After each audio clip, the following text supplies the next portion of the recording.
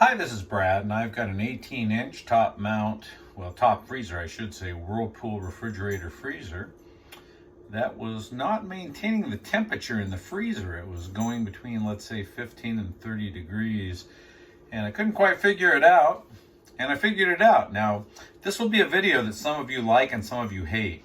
And those of you who hate it, the reason you're going to hate it is because I'm not going to unscrew anything. I'm just going to tell you what the hell I did. So if you can follow it, it should be a piece of cake, and it won't work for everybody, of course. If you can't follow it, then there's other videos where they're going to take everything apart and be a little bit more clear about things. Now, in short, the reason it was losing the temperature is because there was a gap in the top, and I'm going to show you there were two things going on, and I'm sorry about the camera work. There was a gap right here, okay, in the top, and you can kind of see there's really not now. I couldn't figure out how the hell to get that out of there. Now, I had that problem, and previously I had another problem where when I opened and shut the freezer, there's a lot of stuff in there, so sorry about that. It was catching. So the first thing I did was to add a few washers in here. I don't know if you can see that or not. It's pretty tough. But there are on the top here where my finger is, there's a couple of washers just to give it a little bit more height so it clears it. You know, it doesn't take much.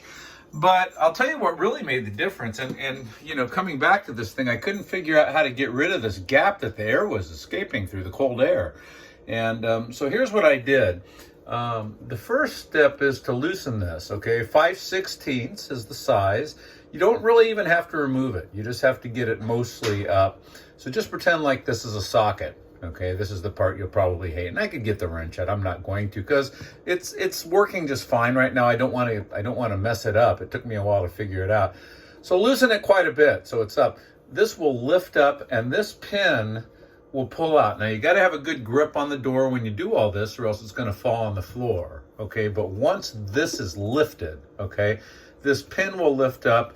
You can pull the refrigerator door away from it, but you don't even have to do that. You don't have to take off the door. You do have to take off the door for the washers that I showed you. You just lift it up, put some washers on, put it back down. Okay, that's fine if you need to do that. If you don't need to do that, what I did is I actually just put my shoulder or some force under here. Like what was going on is this door was sagging. It was drooping. Like when these screws up here were loose, it caused the door to hang down like just a little bit lower, right? Not much, but just the weight of the door, right? So then when I tightened it up here, tighten, remember, pretend like I have this screwdriver or whatever, the door was still hanging down, and it created a gap right here that cold air could escape through.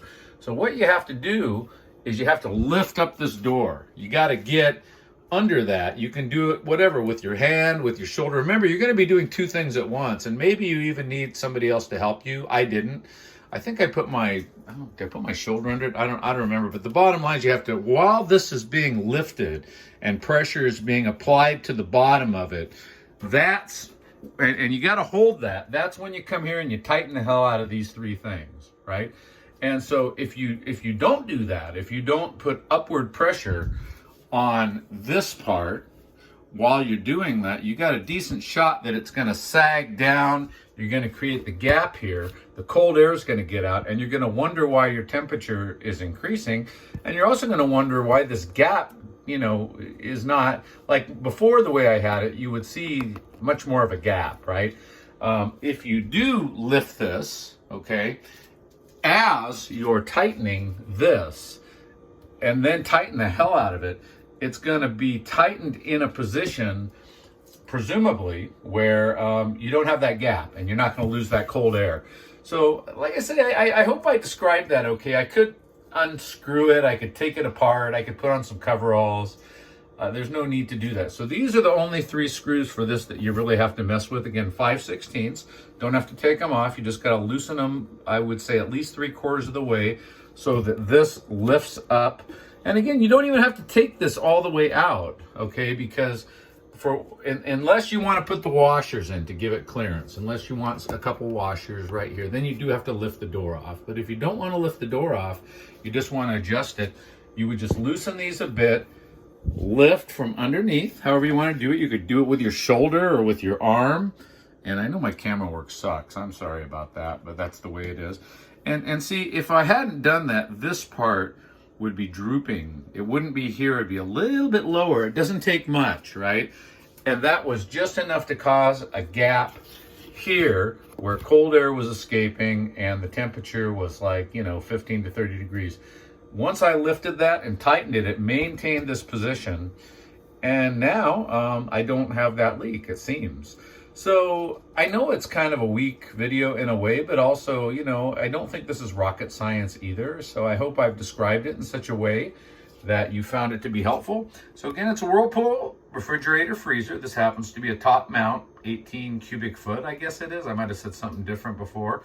And I was kind of really having a hard time figuring out why this was not closing. I thought maybe the frame was bent or something. The seals seemed fine. And then I realized once I was able to tighten it while lifting this into position and really locking it down, that solved my problem. So, hey, I know it's probably the least professional video you'll look at, but I hope you find it to be helpful. If you do, leave me a comment here in the remarks section on YouTube, and I hope it helps you fix your refrigerator. Bye-bye.